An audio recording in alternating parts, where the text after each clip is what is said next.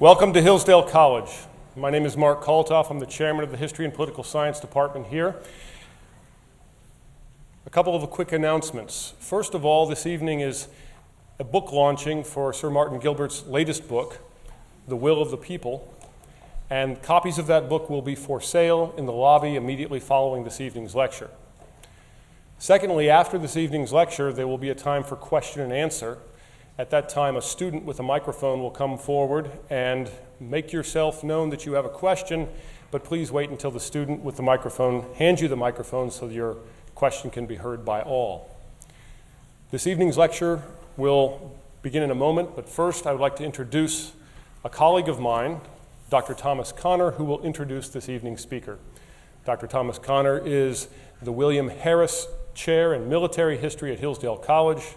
He himself, in his own way, is an expert in World War I, World War II, and Winston Churchill. And as the William Harris Chair, he will introduce this evening's speaker. Dr. Connor.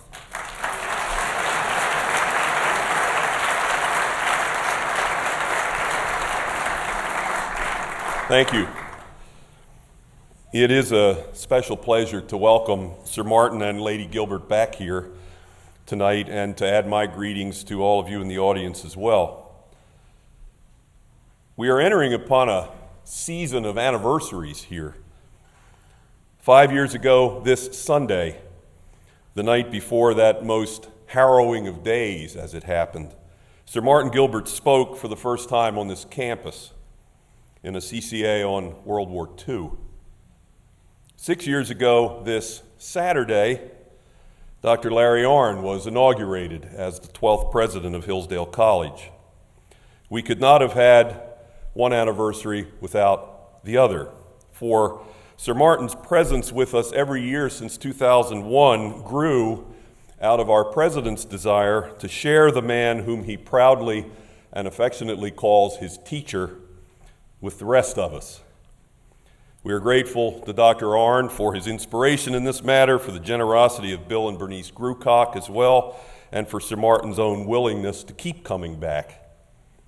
Indeed, thanks to all of these things, many more of us, students and faculty alike, have come to know tonight's speaker as our teacher too.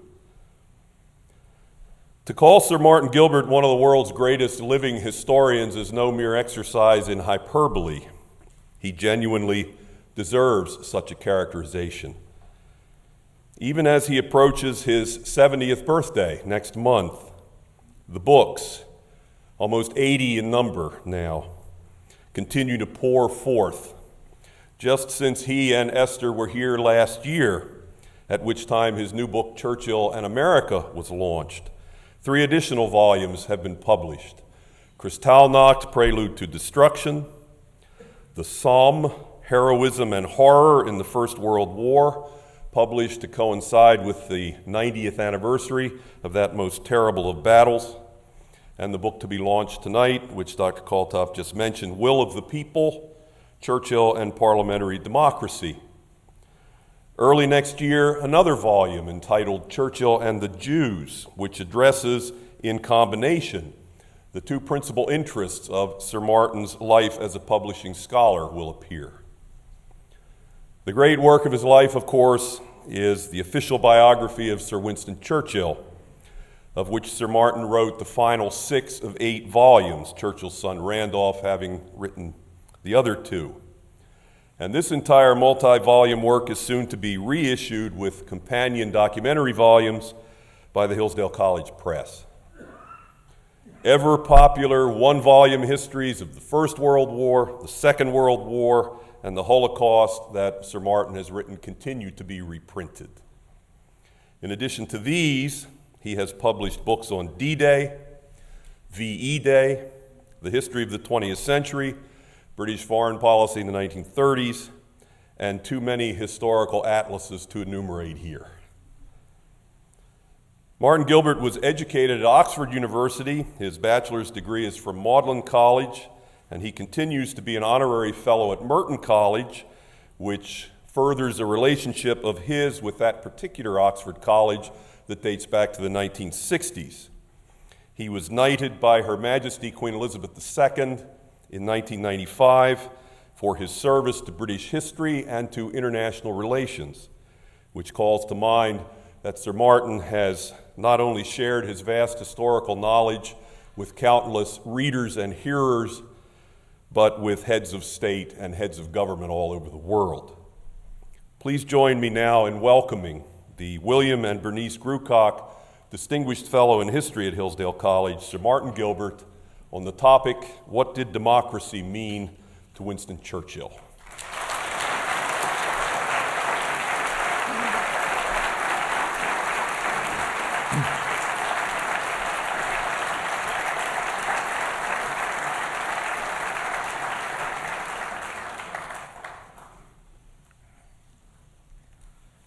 It's always a pleasure and an honor to be here at Hillsdale. As Tom Connor said, this is now my 5th year since that terrible September the 11th.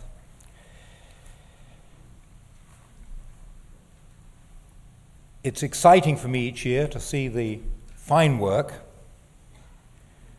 that Dr. Arnn and his colleagues have done, are doing, and will surely continue to do. This evening is a special one for me because today, September the 7th, is the publication day of my new book, The Will of the People, Churchill and Parliamentary Democracy. And this is my first presentation of the book on any continent. And where better, in fact, than on this continent and in this United States. I'd like to start by reading what Churchill said about 540 miles from here in Washington, D.C., at the height of World War II, about democracy. This is what he told the joint session of Congress. The ideas of parliamentary government, of the representation of the people upon franchises which have reached the complete limits of universal suffrage. These institutions and principles constitute one of the great causes which are being fought out in the world, with all their weakness and with all their strength, with all their faults and with all their virtues, with all the criticisms that may be made against them, with their many shortcomings and lack of foresight, lack of continuity of purpose, or pressure only of superficial purpose, they nevertheless assert the right of the common people, the broad masses of the people, to take a conscious, effective share in the government of their country. When he spoke those words, he was in his 42nd year as a member of the British Parliament and an active participant in the democratic process. You've asked me to address the topic, what did democracy mean to Winston Churchill? And here are 14 points, not consciously emulating President Wilson, that I hope will help give us the answer. The first thing that democracy meant to Churchill, and means, I suspect, to anyone who participates in any way in the democratic process at any level, was the actual campaigning activity. The excitement of trying to become an elective representative. He stood for Parliament 21 times, an enormous amount.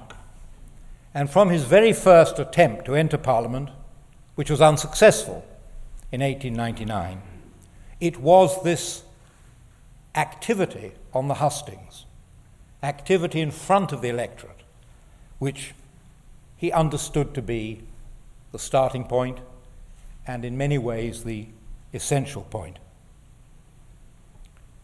I found a letter which he wrote to his girlfriend of those days, who had hoped to marry him. And he described his very first election meeting. And in those days, in order to win a seat in the British Parliament, you had to speak more than 20 times to vast crowds of thousands of people, there being, of course, no radio or television. And he wrote to his girlfriend, "I shall never forget the succession of great halls packed with excited people, until there was not room for one single person more. Speech after speech, meeting after meeting, 3, even 4 in one night, intermittent flashes of heat and light and enthusiasm, with cold air and the rattle of the carriage in between." Not only did it exhilarate him, but it honed his abilities. Even after this very first campaign, he wrote to his girlfriend, "At all these meetings I hardly repeated myself at all, and at each meeting I am conscious of growing powers and facilities of speech."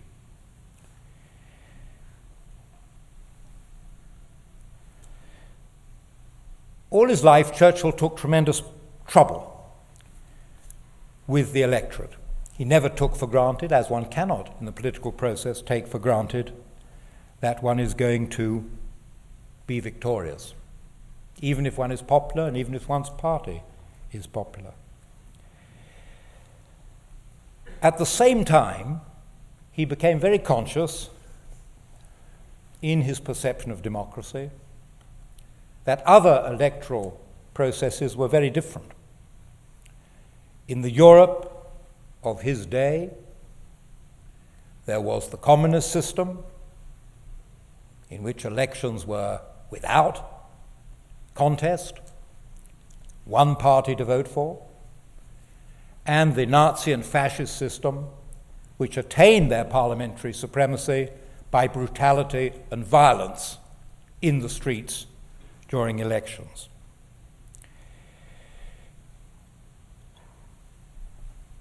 And he would contrast this electoral turmoil, which effectively brought democracy to an end, with what he saw as the essentially non-violent democratic process as he understood it to be at its best. This is what he wrote after having seen Germany during the terrible period before Hitler came to power. "I have seen many excited election crowds in England, where everybody is apparently in a frenzy. You can see their faces convulsed with anger, but there is always a great inhibition against actually striking. This is as it should be. There ought to be intense feeling, but it must be kept under proper restraint. For this reason, all my years of rough electioneering give me the greatest confidence to repeat my father's dictum, I never feared the English democracy." During Churchill's political life, the electoral franchise was continually extending. Indeed, he was one of those who in the great Parliament of 1923 voted for women to have the vote, which was in its time a revolutionary vote. But he also saw, even as the franchise extended, and I was in a situation in 1955 as a soldier in the British Army of being allowed to fight and die for my country, but not have the vote because I was under 21. And in one of Churchill's very last parliaments, the franchise was extended to those of 18 and up. But as he watched this process of the extending of the franchise, he also saw and this was something that worried him with regard to democracy, a drop in interest in the public in the democratic process. This is what he wrote in 1938.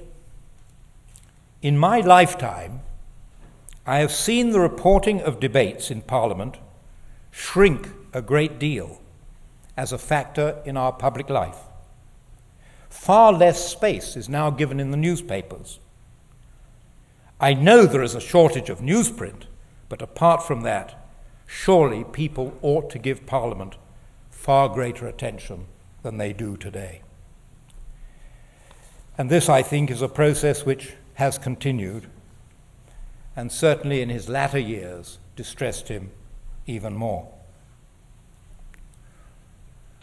The second essential feature of democracy as he understood it was the right and duty of elected representatives to oppose the government of the day and even to oppose their own party if they felt that what was being put forward was wrong.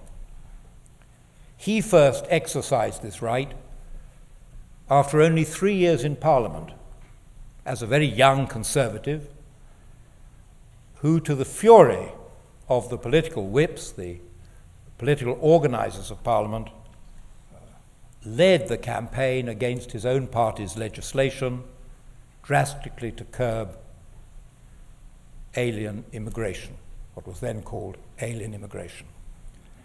And not only did he fight his own government's immigration restriction bill, but he fought it clause by clause and phrase by phrase, something which seldom happens in any legislature. And he forced the government to abandon the bill. Then again, during the appeasement period, as a much more mature Conservative,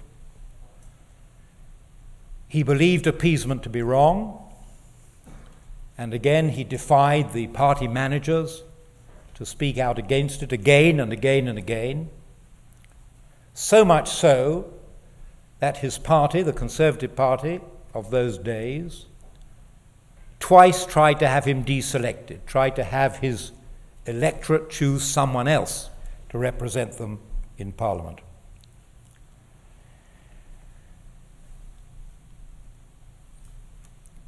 He also, of course, was a great opponent of parties of which he was not a member.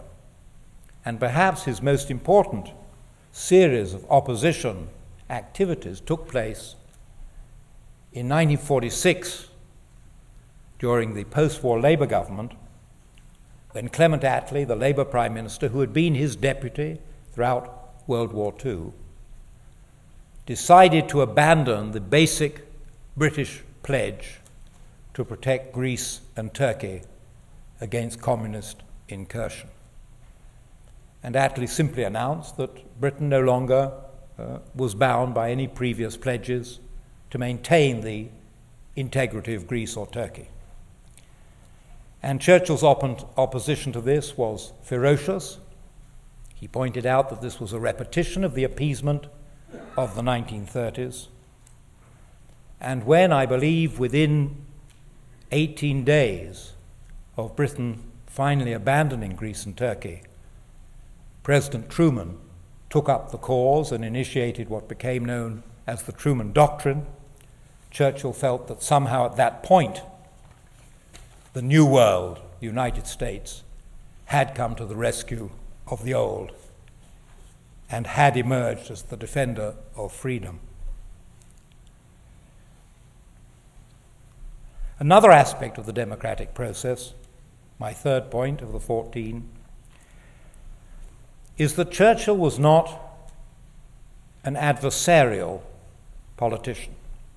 And he believed that the democratic process did not have to be permanently adversarial, that it could and sometimes should involve the close working of all political parties. The most obvious, in retrospect, example of this was his decision when he became Prime Minister, taking over from a government which had conducted World War II for 9 months on a purely party basis, the Conservatives running the war and the great opposition parties, the Liberal and Labour parties, being excluded from any form of war direction. His first thing to do was to create an all-party coalition and say that in the conduct of war, democracy will preserve itself by unity of action. You can have division about policies, but not on party lines. On party lines, the divisions become obsolete in wartime. And he carried this through in peacetime, when Clement Attlee, the Labour Prime Minister, brought in the India Independence Bill in 1947 to give the vast Indian subcontinent its independence. The bulk of the Conservative Party wanted to make this a political fight, challenge Labour, force them again to division after division. And Churchill, as leader of the Conservative Party, said no. Labour has a majority, they'll win through in the end, but independence is something so important, so vital in the life of any new nation, that it shouldn't appear to come as a political gift, as a political decision. It must come as a national decision. And so he would not allow his party to oppose the bill, and Indian independence was voted as a national vote by the British Parliament. And then again, when Labour introduced the compulsory service bill to establish compulsory national military service, the Conservatives saw a chance to abuse Labour. There were all sorts of faults and weaknesses in the bill, but Churchill said no. We need compulsory military service for the defence of the nation, and therefore again, the democratic process should include an all-party decision. And so he made his party vote in favour of this Labour bill, of which I was a beneficiary for 2 years in my khaki uniform.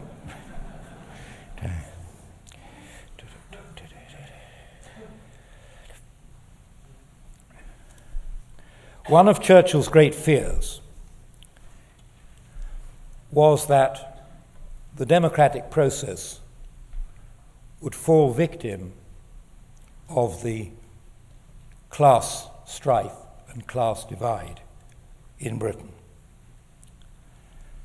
And when, in 1909, he was given major responsibilities by the Prime Minister of the Liberal government of those days to introduce social reform, he insisted that this reform, which involved incredibly radical measures by any standards of those days or of today, should again not be a divisive element in the society. I think there is nothing worse than the savage strife between class and class. And with that strife, an increasing loss of human strength and happiness. And so he worked very hard within the parliamentary system to ensure that his radical measures were beneficial to the whole nation. Although, because there were so many dispossessed and so many poor in the country, clearly the dispossessed and poor would be the major beneficiaries. He brought in the basis of what is Britain's social structure today, which shows, I think, that he used the democratic process in a way that was not divisive and did not lead to the breakup of British society.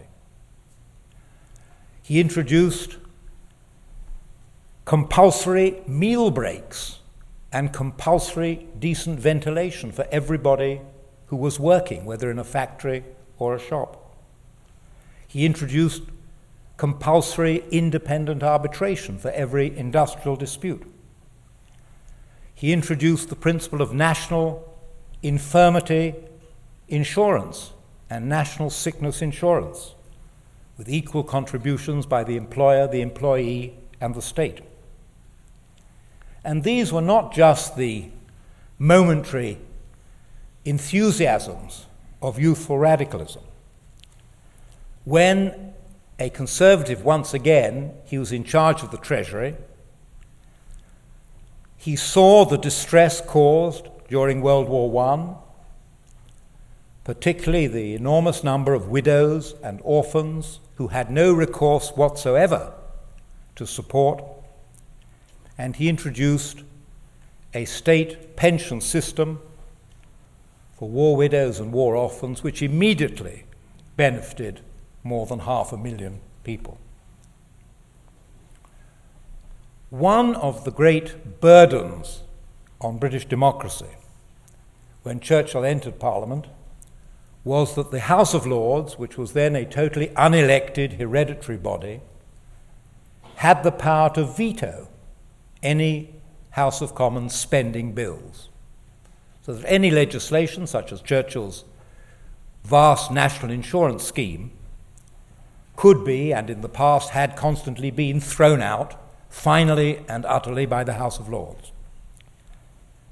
And so in one of his most democratic campaigns, Churchill was at the centre in 1910 of the massive attempt, which was successful, to end the power of the House of Lords to halt bills which involved public spending.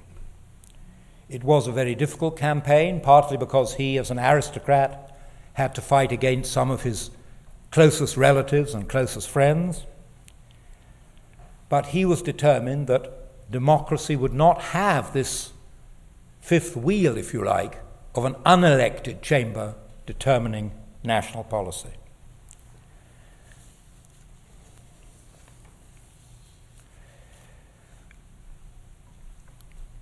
Churchill was worried from his very earliest days in Parliament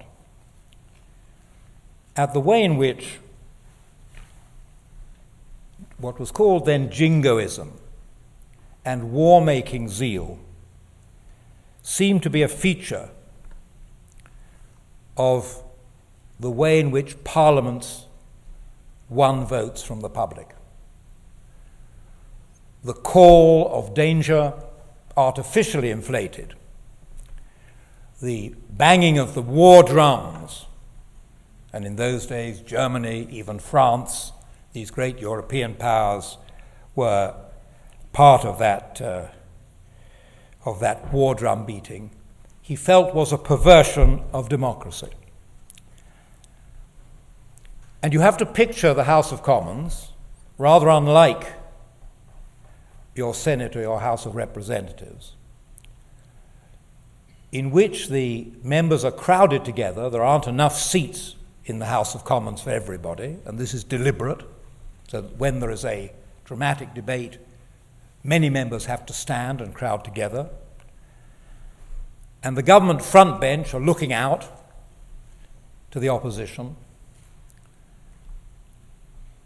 And 3 months after entering Parliament, the front bench, the Prime Minister, the leaders, the senior members of the government suddenly hear a voice behind them, and this is the most humiliating thing, when one of the young newcomers decides to criticize his own front bench. And so they all have to turn round. Of course, the opposition jeer. But he wanted to make this point that his own people, his own leaders, were banging the drum falsely. And he said, "I have frequently been astonished since I entered this house," which was a mere few months, "with what composure and how glibly members of Parliament and even ministers talk of a European war. They should know that such a war can only end in the ruin of the vanquished and the scarcely less fatal commercial dislocation and exhaustion of the conquerors. We do not know what war is. Even in miniature, it is hideous and appalling. When war came in 1914, Churchill felt that governments had to be straight with their publics, that democracy demanded that whatever didn't have to be secret because of the nature of war had to be revealed and disclosed. And one of the things about his communiques, he was then in charge of the Navy, which was central to Britain's war direction. One of the extraordinary features of his communiques was both their intense honesty when there were losses and setbacks and defeats, but also the way in which he was always able to put a defeat into the context of the wider war. So although these communiques were honest and true, they were not depressing. And he felt again that one of the central features of democracy was that you had to have faith and confidence in all that you were doing, in your cause, and if there were setbacks, this did not mean that the cause was wrong, did not mean that you should abandon the cause. When matters were too secret to be reported in the newspapers, he, in the Second World War, resorted to an extraordinary device which had been used, I believe, only twice in the First World War, and which he used many times, of having a secret session of the House of Commons, so that all the elected representatives would be there, but no journalists.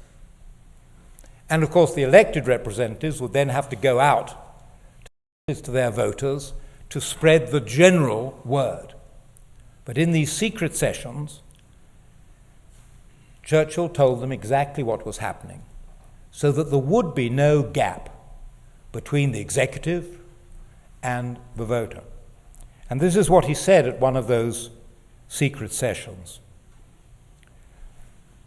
By our secret sessions, we arrive, through ancient constitutional methods, at practical working arrangements which show that parliamentary democracy can adapt itself to all situations and can go out in all weathers. President Roosevelt was puzzled by this openness of the British democratic system in wartime. And Churchill explained to him what it was that he believed happened to democracy in war. And perhaps your own president could send this sentence to every Democratic senator and congressman. As Churchill explained to Roosevelt, democracy has to prove that it can provide a granite foundation for war against tyranny. In other words, you cannot separate the public's perception from your administration. You have to bring the public with you. You have to explain at every stage what it is you are doing, as indeed the President did yesterday and the day before. And Churchill's war speeches, which we often think of as oratorical, were in fact long and sometimes very detailed and intricate accounts of what was actually happening and why it was happening and how it fitted in to what the country was trying to do, what it was trying to preserve.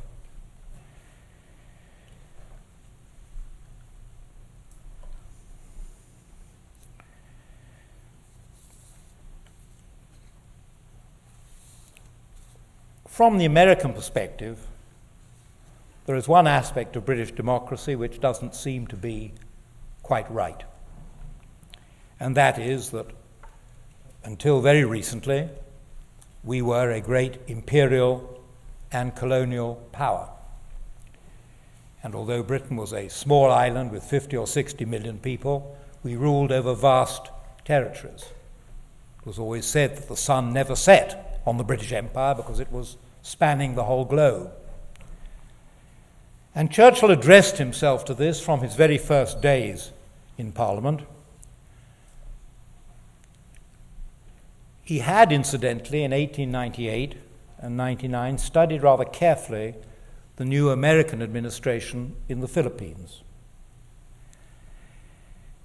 And he held, which I believe was the situation he found in the United States, that if you are a colonial power, your democratic institutions have to be at the service of those whom you are ruling, however far away they are.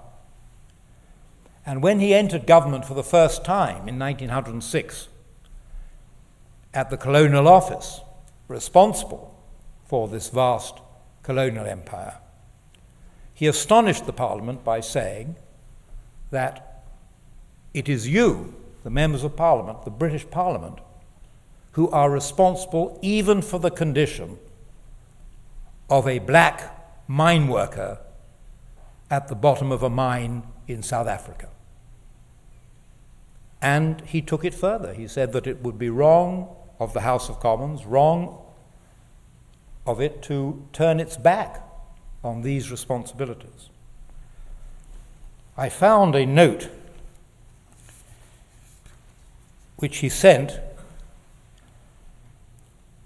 to the governor of Ceylon, present-day war-torn Sri Lanka. There had been an example of brutality by the colonial police, and Churchill had insisted that the governor of Ceylon, a very important colonial personage, should examine this and punish the culprits. And the governor replied that it would really be very inconvenient to do this. And Churchill telegraphed to the governor, "The inconvenience inseparable from the reparation of injustice is one of the safeguards against its reoccurrence." And so in 1919, when a British general, General Dyer, shot down some 300 unarmed Indians in the confines of the Jallianwala Bagh in Amritsar, and Dyer was censored, the House of Commons was outraged that a British officer could be censored and criticized and condemned for doing something which was part, it appeared, of imperial policy.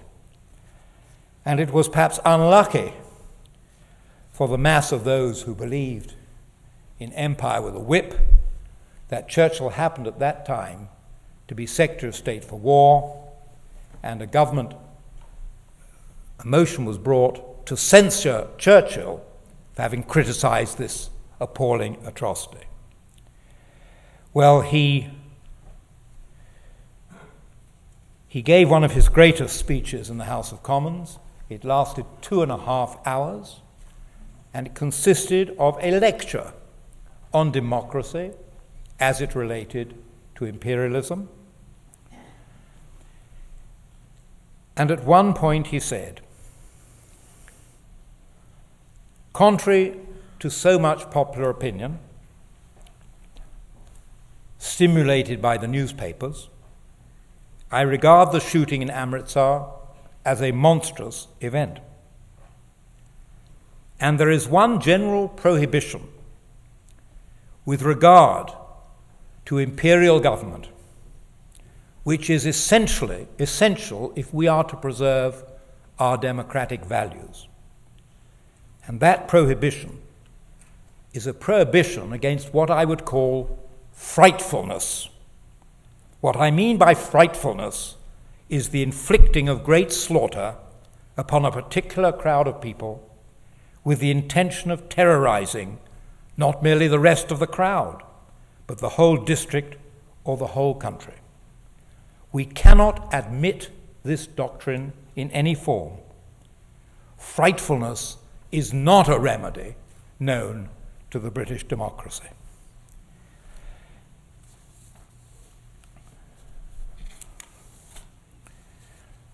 One of the great challenges to the British democracy was attempts to change the political structure by violence. Churchill and his liberal colleagues before the First World War wanted to bring in home rule for Ireland, to give Ireland self-government. And the Protestants of Ulster not only opposed this, but armed themselves and formed militia, the Ulster Volunteers, and threatened to make war on any British soldier, any British unit which tried to impose, as they saw it, self-government on Ireland. Churchill supported Home Rule on the basis of what he called the harmonious disposition of the world among its peoples. And if the predominantly Catholic Ireland wished to govern itself, then that was all right for him, although Ireland was an integral part of the United Kingdom. And so when the Ulster Protestants began to train and arm their paramilitary volunteers, Churchill took a lead in forcing the rebels to back down. And 10 years later, it fell to him to negotiate and pilot through Parliament the Irish Free State Bill, which set up an independent Southern Ireland with its own parliament in Dublin, which is still a vigorous independent republic to this day. So here was an example of democracy involving some derogation of national sovereignty as it had been in existence for hundreds and hundreds of years. Churchill was perhaps fortunate to have been in Germany on the eve of Hitler coming to power. He was only there as an author doing research, writing his magnificent 4-volume biography of his ancestor, John Churchill, Duke of Marlborough, and visiting the battlefields where Marlborough had defeated the French some 230 years earlier. And his base was Munich. His base for his historical research was Munich. And while he was in Munich, he saw the Nazi brown shirts, the thugs, terrorizing people in the street.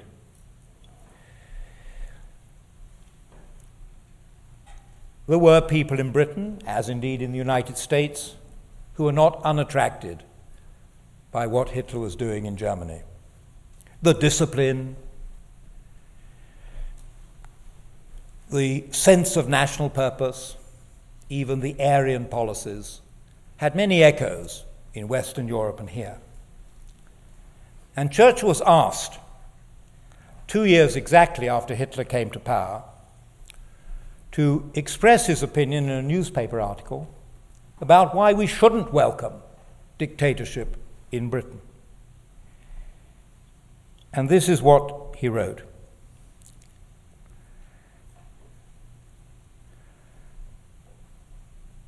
It is essential, in order to protect society from the ambition, greed, and malpractice or caprice of rulers, to ensure the inviolability of even the humblest home, the right and power of the private citizen to appeal to impartial courts against rulings of the state and against ministerial decrees of the day.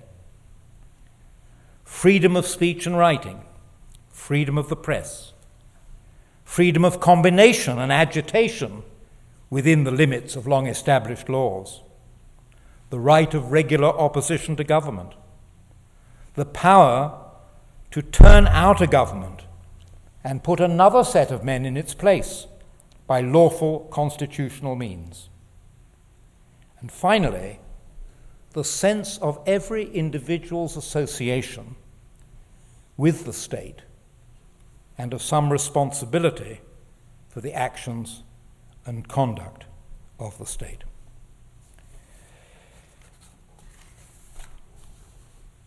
There were those who said at that time that he was being unnecessarily provocative to Hitler's Germany, that democracy was essentially soft,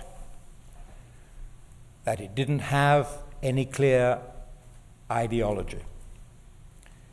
And so in 1936, at the request of the British Foreign Office, those members of the British Foreign Office who were opposed to the appeasement policy, he went to Paris and made one of his great speeches in favor of an ideology of democracy.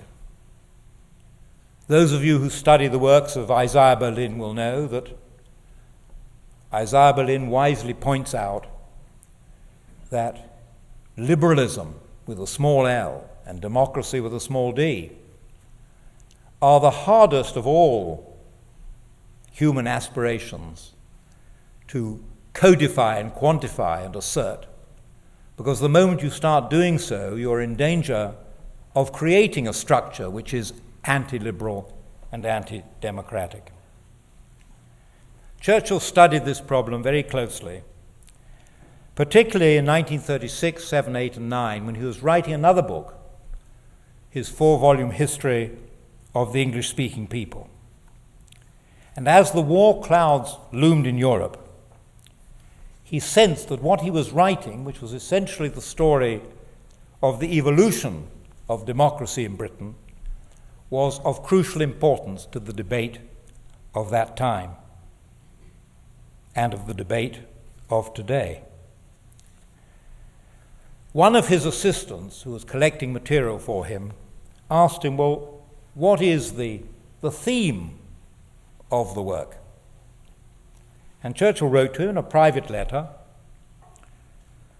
"In my work, the theme is emerging of the growth of freedom and law through the centuries, of the rights of the individual, of the subordination of the state to the fundamental moral conceptions of an ever-comprehending community.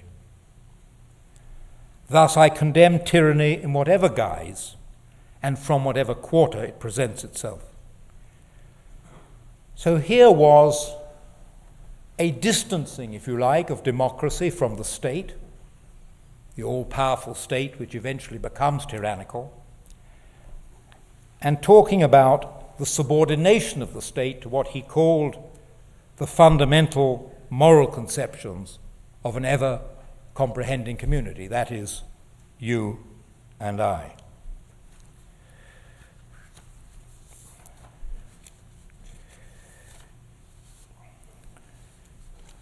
One of the things that Churchill always found difficult in the democratic system was the way in which political parties tended to extremes in order to make their points. And that each political party, in the British case first Liberal and Conservative, then Conservative and Labour, tended to fossilize their points of view in an adversarial way. And so from his earliest days until his end, he sought to interest people in what he called the government of the middle. That is to say, a government which would somehow cross party borders. One of the things he did when party bitterness was particularly great, at a time when civil war in Ireland looked likely to break out, and the Conservatives were supporting the Ulstermen, and the Liberals were opposed to them, one of the things he did was to form a political club which met and still meets every 2 weeks when Parliament is in session.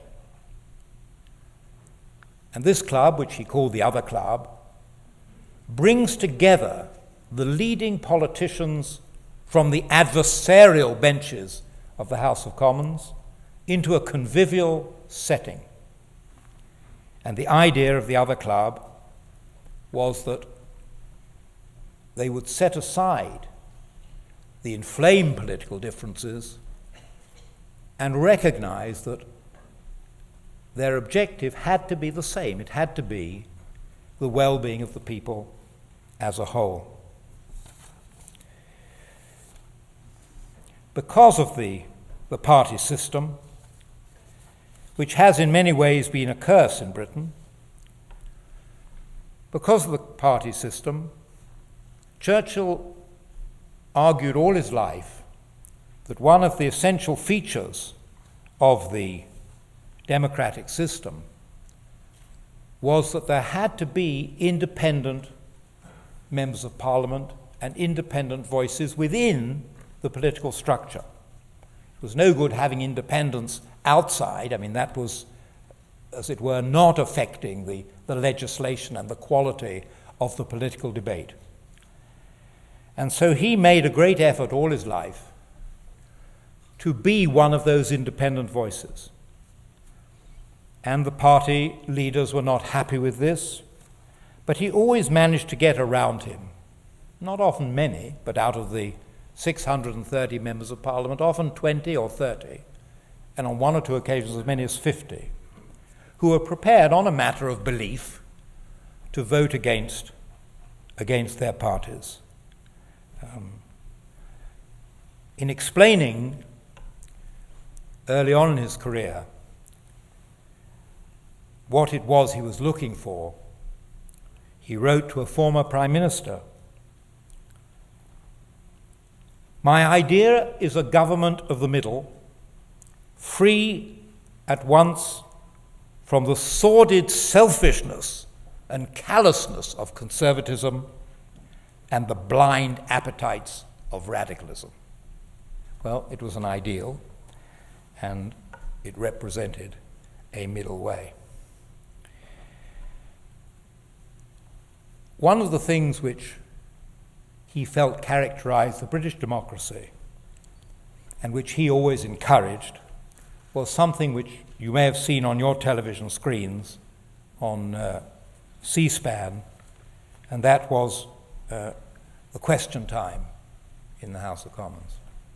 And this may sometimes seem to an outsider to be a bizarre slanging match. But what it is, and it's very extraordinary, and it is that the ministers responsible for government policy, including the Prime Minister, and it's not only Prime Minister's question time, every minister has once a week, as does the Prime Minister, to face the questioning of members of Parliament. He can't hide behind his ministerial authority. He can't say, well, I'm busy, I'm working. Whatever he's doing, he has to break it off. And Churchill put it in this way: go at question time and listen to all the highest ministers of state being questioned and cross-questioned on every conceivable subject. Where else in the world can you see the representatives of democracy able to address the leading personages of a powerful government with this freedom? How the foreigners gape at this performance when they visit the gallery. But this is a sign that the people own the government, not the government the people. And it is true that many attempts by government to evade the democratic process have been exposed and nailed down at question time. Another feature of democracy which Churchill believed was important was that it was not merely a British phenomenon. And that was one reason why he studied very carefully the American system, which he wrote about in many articles and also in his volumes on the English-speaking peoples. And he saw the democratic system as the antithesis of the violent and destructive political forms which all his lifetime, and indeed for all our lifetime, have been constantly besieging us from one part of the globe to another. And this is what he said. This was his vision, really, of what a democratic assembly was. I see a democratic assembly as a living and ruling entity, the swift vehicle of public opinion, the arena, fortunately the padded arena, of the inevitable class and social conflict, the college from which those who govern us are chosen. I regard these institutions as precious to us almost beyond compare. They seem to give by far the closest association yet achieved between the life of the people and the action of the state. They possess apparently an unlimited capacity of adaptiveness, and they stand as an essential and effective buffer against every form of revolutionary and reactionary violence. It should be the duty of all subjects to preserve these institutions in their healthy vigor, to guard them against the encroachment of external forces, and to revivify them from one generation to another, from the springs of national talent, interest, and esteem. In other words, Parliament is not a club and it is not exclusive, and the democratic assemblies are not remote from the people, but actually gain their strength from the people and pass on to the people the ideals which the people then take up, and hopefully, and I know in this country as in my country this is always a problem, hopefully inspire individuals to become part of the political process. This is becoming increasingly difficult in my country, and is essential for the preservation of democracy that you should feel able and responsible to be a participant.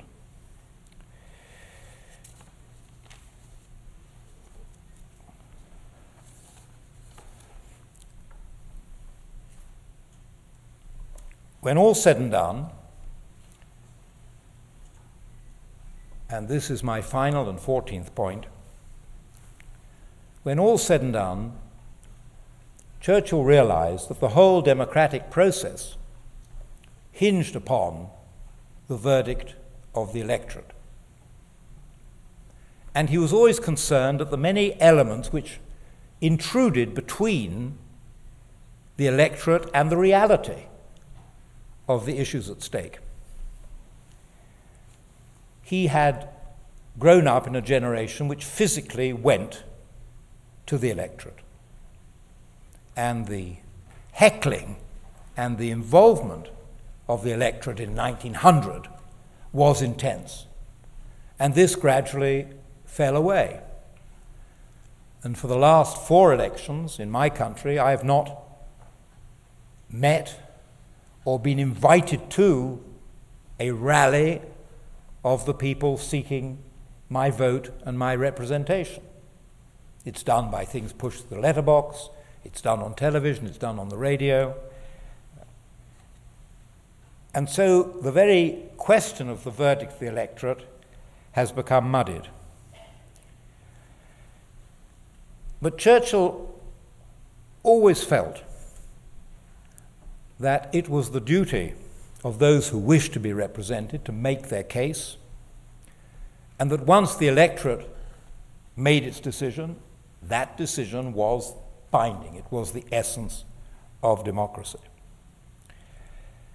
During the height of the Labour government's social legislation of 1945, very socialistic legislation, including widespread nationalization of enterprises, to which Churchill was strongly opposed, he nevertheless defended the right of the electors to choose the legislators who were wreaking the havoc as he saw it, that they were doing on the British structure. And this is what he said to the distress of his own Conservatives. He was then leader of the Conservative Party, a former prime minister in wartime, a very great figure. But he said, no, we have to accept that this is the will of the electorate. We have to fight to overturn that in the next election. But during this period, this is what has been voted. And it was during this debate that he made the following statement, which is often quoted, sometimes misquoted, but I will give you the correct quotation because it has charm as well as depth. Many forms of government have been tried and will be tried in this world of sin and woe. No one pretends that democracy is perfect or all-wise. Indeed, it has been said that democracy is the worst form of government, except all those other forms that have been tried from time to time. But the essence of democracy is not that Parliament should rule. It is the people should rule through Parliament. It is the people who control the government, not the government the people. Having been elected to Parliament for the first time in 1901, his first election defeat after 6 successful campaigns came in 1922 when he was representing the Scottish city of Dundee. And neither the Liberals who he represented, or the Conservatives, or the Labour Party, or the left-wing Independent Labour Party won that seat in 1922. It was won, believe it or not, by a prohibitionist. Well, the United States had its prohibitionist era, right? And all of Churchill's friends wrote to him to say how appalling it was that he, Churchill, who had held high ministerial office, should be thrown out. In fact, Lawrence of Arabia, his friend, wrote to him, I apologize for Lawrence's language, but I'm only quoting, and writing about the citizens of Dundee, Lawrence wrote to Churchill, "What bloody shits the Dundeans are to vote you out."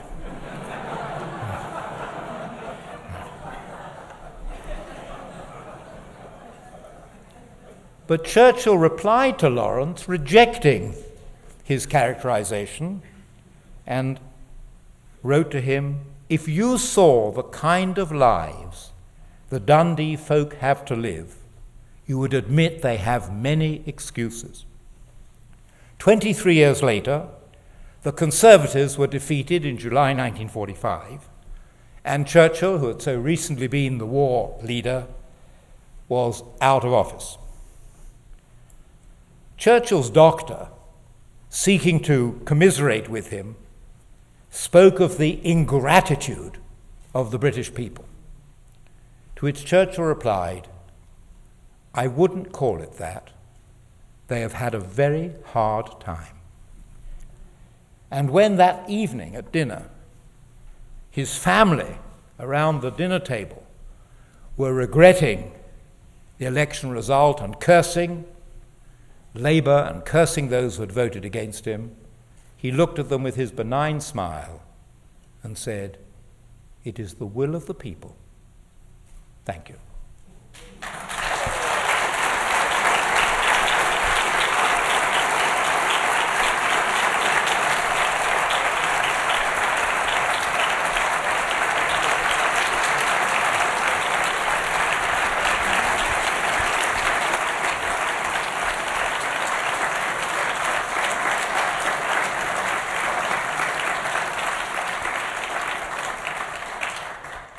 Thank you. At this point, we have some time for a brief question and answer session with Sir Martin Gilbert.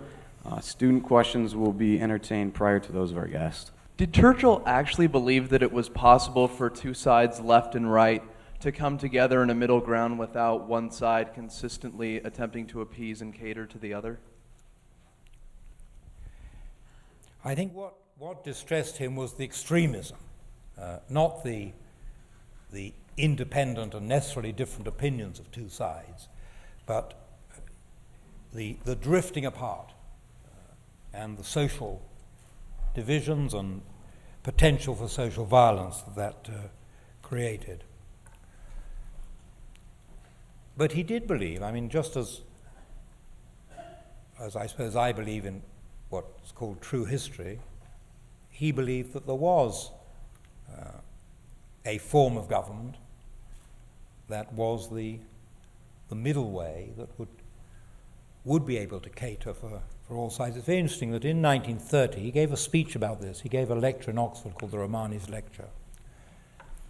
And he was then particularly concerned by the politicization of economic policy. And he proposed that in addition to the parliament, which would be the existing parliament of different parties, there should be an economic parliament which would presumably, with experts and economists and businessmen and people who are versed in economic and financial matters, determine the basic economic policy. And I was very interested that 9 years ago, that one of the very first things that Tony Blair did when he became Prime Minister was something Churchill had recommended in his 1930 Romani's Lecture, and that was to take away the power to change interest rates from the political arena, from the politicians, to the Bank of England. And this was done. And that's, I don't know what your situation is, but that is our situation now. I don't think he saw it as appeasing. He was just so conscious, I think, in his life, having belonged to both political parties and having participated in legislation across the political spectrum, he was conscious that in the end there was one general direction of legislation, and that was to make the life of ordinary people better and to make the conditions under which people worked tolerable, and also to have some sort of vision which would be non-party or non-partisan. I was very struck, he was in one of the debates where he was proposing that there should be less strenuous hours of work in factories. In fact, he reduced the basic daily work in the mines when he was responsible for that policy from 9.5 hours to 8 hours. And there was outrage among the Conservatives, who were, of course, had the mine owners as part of their constituency. And he then made a very interesting point. He said, I'm not really interested in reducing the hours of labor, though that's, I believe, important. But what is more important is increasing the hours of leisure. In other words, every citizen should have the ability to have more leisure. So here was a sort of visionary view, which in a sense went beyond the party debate, which was should workers work for 10 hours or 8 hours. It was to introduce a new dimension. And I think that, when one looks at party programs, they change so bizarrely that in a way that there is always perhaps a middle way.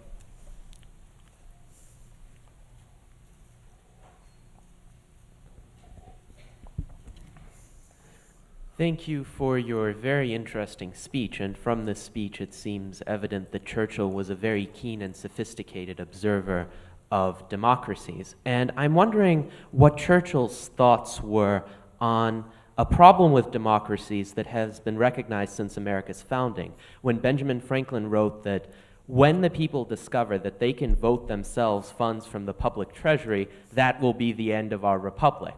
And it seems that since that time, virtually every democracy in the Western world, though better than all other governments hitherto existing, has become a massive welfare state with transfer payments constituting a vast portion of its budgets. So what safeguards would Churchill recommend to prevent that from happening, and in cases where it's already happened, to reverse it?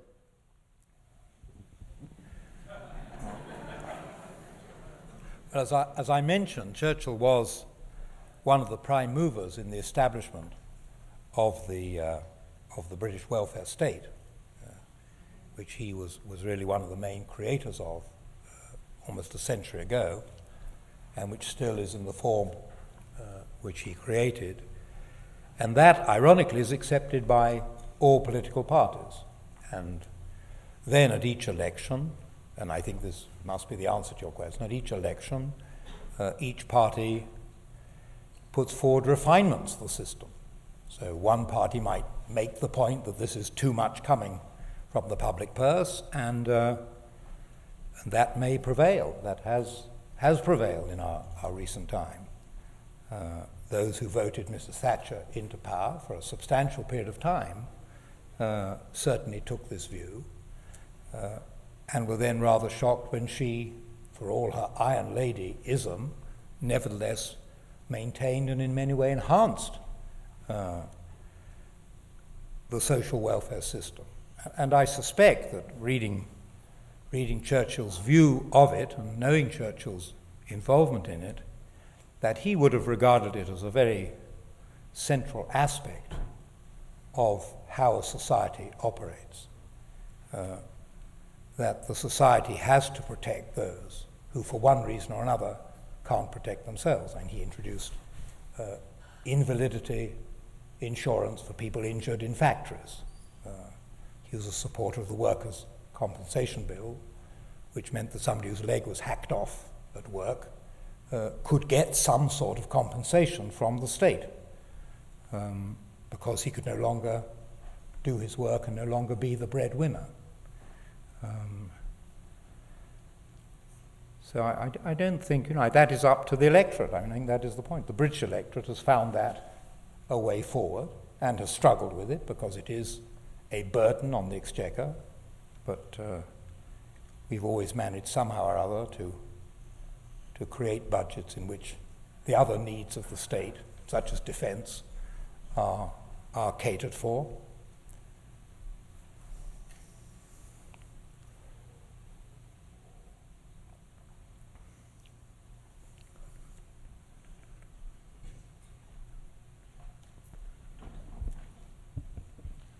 Sir, thank you for your talk tonight. We are honored to have you. I wonder if you could comment, how would Churchill say a democracy should go about teaching its people to recognize the kind of leaders it should choose?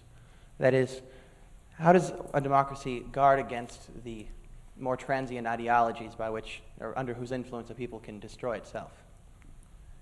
Well, the point which he's making is really that people in democracies have to understand what it is that they represent and what it is they are protecting and guarding through their institutions.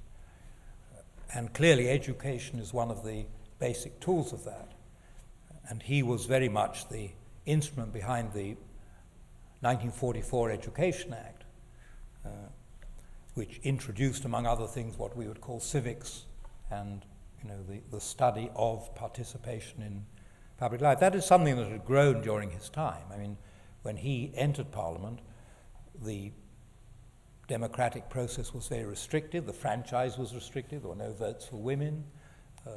Parliament was, to a large extent, a club of people from a certain background, not exclusively, because Labour was moving in, but nevertheless it was more of a club. And this was opened up in his time, and he was one of those who encouraged the opening up of it. I think mostly it was done, mostly he did it, by his speaking. And, the public men who had a certain standing should go out and about and make their views known and these things that I was reading from are part of many hundreds of speeches and articles which he wrote to try to explain why democracy should be preserved and what it was that you were preserving when you preserved it. And he always put it in the context of what the enemies on the right and the left were. In his Paris speech, which I mentioned in 1936, he had a rather charming turn of phrase. He said, "There should be somewhere between the doctrines of Comrade Trotsky and Herr Goebbels a place where you and I and the others who think like us can carry on our lives undisturbed." And, this, so by education, by teaching, and above all by teaching what the values are that you have that are worth preserving, which clearly, both in Britain and the United States, are the structures that we have created.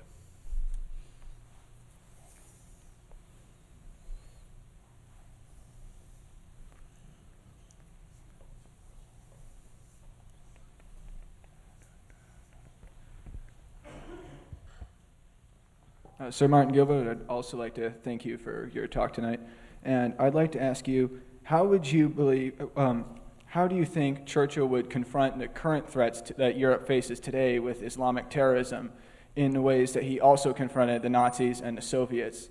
What was it about democracy that assured him of its victory over the tyrannies he faced in his time? Well, Churchill was concerned with Islamic fundamentalism long before the rise of the Nazis. He had confronted it at first hand at the end of the 19th century, and he was particularly concerned in the 1920s by the rise of Wahhabism in Saudi Arabia. And he felt that people weren't aware of what we now call fundamentalist Islam or Islamic extremism, of what it was and what it was capable of doing. So he was always warning about those things. He had been confronted by it also when he was trying to establish, which was the British policy after the First World War, trying to establish a Jewish national home in Palestine, and was astonished by the virulence of the fundamentalist Islamic hatred of the Jews and their threats in his presence to murder every Jew. And of course this was not the language of political dialogue which he appreciated, and he spoke out very strongly against it. And indeed he warned the Muslim fundamentalists that if they were to continue with these views, they would then lose the right to be treated in an equitable manner in whatever their particular demands and desiderata were at that time. I think if you look at his speeches on Islamic fundamentalism, his writings, you look at his speeches on Nazism and on communism, which preceded Nazism, which he was repelled by, you see that essentially he believed in telling people what was happening, that you studied it yourself, you learnt about it, you read the communist doctrines, you read Mein Kampf, you read the extraordinary Muslim pronouncements with which he was himself presented as colonial minister, full of venom and threats against Western democracy, and you made them known. You made them part of your presentation of the reality of the world. I think that's really what he always did, and presumably, if he lived forever, would always have gone on doing. You tell people what the truth is. And he once appealed to the British government in 1930s, and he said, I don't understand why you don't tell the truth to the British public. What is the problem with telling the truth? You only don't tell the truth if you are trying to do something underhand, you're trying to deceive the public, you're trying to enter into arrangements which wouldn't be supported by the public. So that was his doctrine. And I'm sure that he was always consistent and indeed persistent in that. If you read some of his House of Commons speeches, they're never short. I mean, sometimes he spoke for 40 minutes, but if he felt that the nature of a regime, of a tyrannical regime, was not understood, he came to the House of Commons with an enormous amount of material, of chapter and verse, and made members of Parliament listen. This is what was said by this one. This was what was written by this one. Take it in. Take what people say seriously. And that gave him his strength with the British public, because when it came to the crisis, they understood that he had told them what the realities were.